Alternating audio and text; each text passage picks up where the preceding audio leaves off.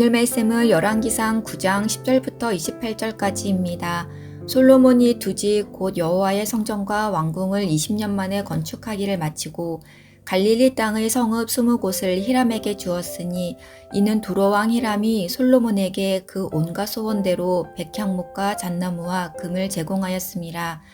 히람이 두로에서 와서 솔로몬이 자기에게 준 성읍들을 보고 눈에 들지 아니하여 이르기를 내 형제여 내게 준 이 성읍들이 이러한가 하고 이름하여 갑을 땅이라 하였더니 그 이름이 오늘까지 있느니라.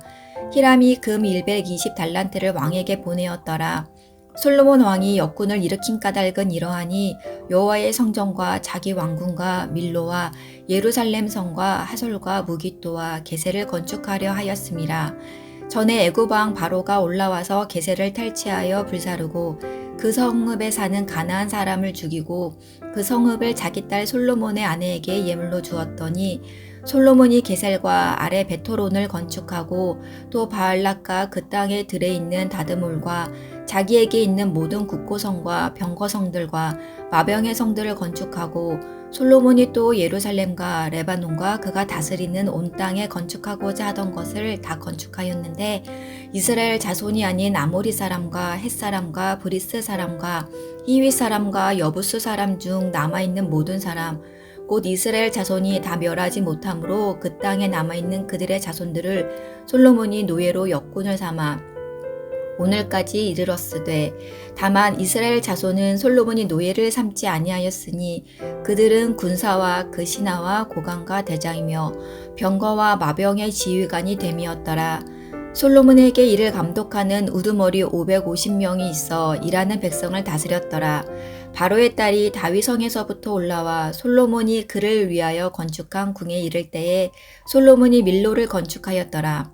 솔로몬이 여호와를 위하여 쌓은 제단 위에 해마다 3번씩 번제와 감사의 예물을 드리고 또 여호와 앞에 있는 제단에 분향하니라. 이에 성전 짓는 일을 마치니라. 솔로몬 왕이 에돔 땅 홍해 물가에 엘록 근처 에시온 게벨에서 배들을 지은지라. 히람이 자기 종 바다에 익숙한 사공들을 솔로몬의 종과 함께 그 배로 보내매 그들이 오빌에 이르러 거기서 금 420달란트를 얻고 솔로몬 왕에게로 가져왔더라. 아멘.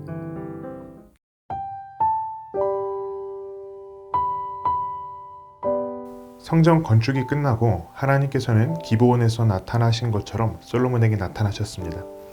기브온은 어떤 곳인가요? 솔로몬이 왕이 되었을 때 1000번제를 드리며 하나님 앞에 겸손하게 듣는 마음을 구했던 곳입니다. 하나님께서는 그때 나타나셨던 것처럼 솔로몬에게 나타나셨고 솔로몬의 기도를 들었다고 말씀하시며 아버지 다윗이 행한 것처럼 행하면 그 왕위를 지켜주겠다고 말씀하시죠. 여기까지는 그의 이야기가 썩 나쁘지는 않습니다. 이야기가 지금처럼 잘 흘러가면 좋겠습니다. 그러나 우리는 성경의 스토리에서 항상 하나님의 은혜 뒤에 그 은혜를 배반하는 인간의 죄성들을 발견하게 됩니다. 슬프게도 솔로몬도 자신의 죄성을 따라 이제 몰락의 시기를 걷게 되는 것을 오늘 본문이 말해줍니다. 솔로몬이 왕권 몰락의 길로 가는 길은 크게 보면 권력의 남용 때문입니다. 하나님께서 자신에게 주신 권력과 지혜를 남용합니다. 우리는 본문에서 그의 권력 남용을 크게 3가지로 나눠서 볼 수 있겠는데요. 첫째는 은혜를 은혜로 보답하지 않는다는 것입니다. 솔로몬은 성전을 건축하기 위해 히람에게 많은 도움을 받았습니다. 그에 대한 보답으로 솔로몬은 갈릴리 땅의 성읍 20곳을 히람에게 주었습니다. 그런데 히람이 그것을 보고 가불이라고 합니다. 가불이란 히브리어로 아무것도 없는 이란 뜻을 갖고 있는데요. 다시 말하면 가치 없는, 볼 것이 없는 그런 땅이라는 뜻입니다. 솔로몬의 선물에 히람이 못마땅했던 것일까요? 그가 불만이 많았던 것일까요? 그것은 아닙니다. 히람이 불만이 많았던 인물이 아니라 솔로몬이 실제로 볼품없어 보이는 성읍을 준 것입니다. 그럼에도 히람과의 동맹이 유지될 수 있었던 이유는 히람이 솔로몬의 속국에 있었기 때문입니다. 솔로몬의 이러한 정책은 그의 교활함을 보여줍니다. 예수님께서는 마태복음 7장 12절에서 황금률을 말씀하시며 무엇이든지 남에게 대접을 받고자 하는 대로 너희도 남을 대접하라 라고 말씀하십니다. 이 구절의 핵심은 대접을 받고자 하는 대로 이게 아니라 남을 대접하는 데 있는 것입니다. 이 구절을 문자적으로 받아들여서 내가 대접을 받고자 하는 대로 남을 대접한다면 내가 하는 대접이 무슨 유익이 있을까요? 그러나 솔로몬은 이것만도 못한 대접을 하고 있습니다. 그는 충분히 받았지만 충분하지 못한 것을 주고 있습니다. 그의 권력을 남용하고 있는 것이죠. 그는 은혜를 은혜로 보답하지 않습니다. 둘째로 그가 행한 권력의 남용은 갈릴리 땅에 성읍 20곳을 팔았다는 것입니다. 갈릴리 땅은 하나님께서 이스라엘 백성들에게 약속의 땅으로 주신 땅입니다. 그러므로 땅의 주인은 하나님이며 솔로몬은 이 땅을 처분할 권리가 없습니다. 그런데 솔로몬은 그 땅을 히람에게 줍니다. 솔로몬은 자신의 권력을 남용하다 못해 하나님께서 행사하실 권리를 스스로 행사하고 있는 꼴입니다. 또한 학자들은 솔로몬이 땅을 준 후에 히람이 금을 보낸 것을 보고 솔로몬이 금을 모으기 위해서 하나님께서 주신 약속의 땅까지 처분할 생각이 있다고 보며 그가 성경에서 경고하는 불을 지나치게 사모하고 있다고 말합니다. 본문 28절에는 그가 히람으로부터 어마어마한 양의 금을 또다시 받는 이야기가 나오며 이후에도 솔로몬이 금을 받는 이야기는 솔로몬의 이야기와 그의 쇠퇴에 있어서 강조되는 요소입니다.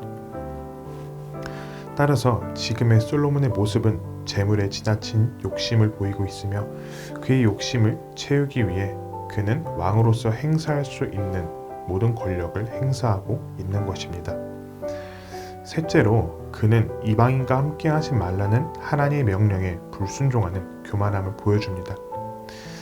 하나님께서는 이방 여인과 결혼하지 말고 또 이스라엘이 가나안에 들어가거든 이방인을 진멸하라고 명령하셨었죠. 그 이유는 그들이 이스라엘을 영적으로 실족하게 할 것을 우려하셨기 때문입니다. 그런데 이제 바로의 딸은 솔로몬이 그녀를 위해 건축한 궁에 들어가게 되었으며 노예이긴 하지만 이방인들이 그의 왕국에 건재한다는 것은 하나님의 우려가 현실로 드러날 수 있음을 우리에게 암시해 줍니다.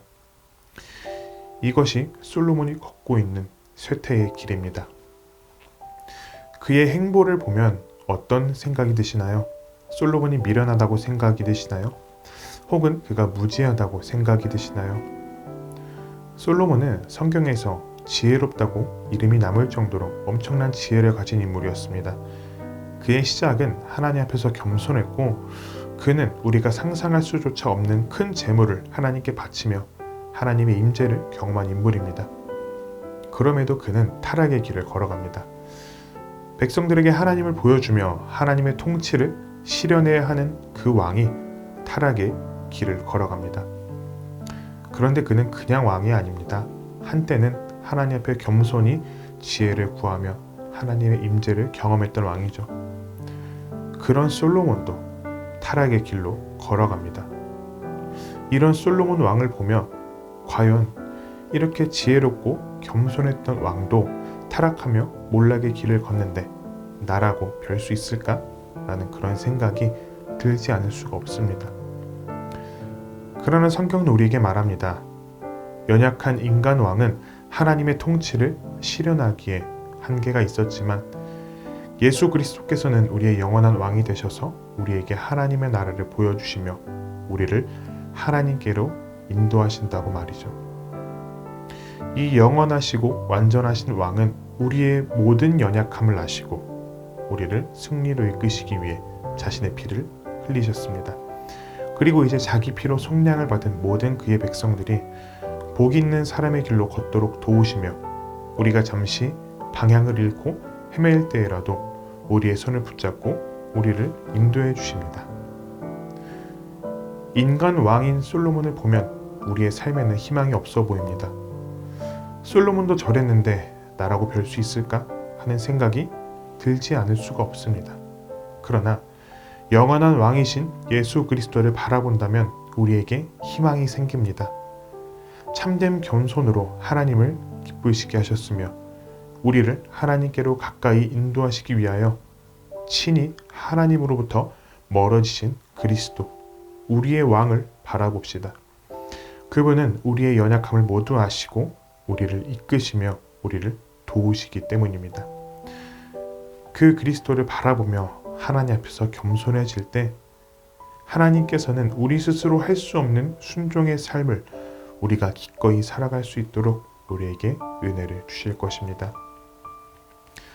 오늘 말씀을 생각하며 함께 기도하겠습니다. 교만해지기 쉬운 것이 우리의 일상이지만 주의 은혜를 기억하며 겸손하게 하소서.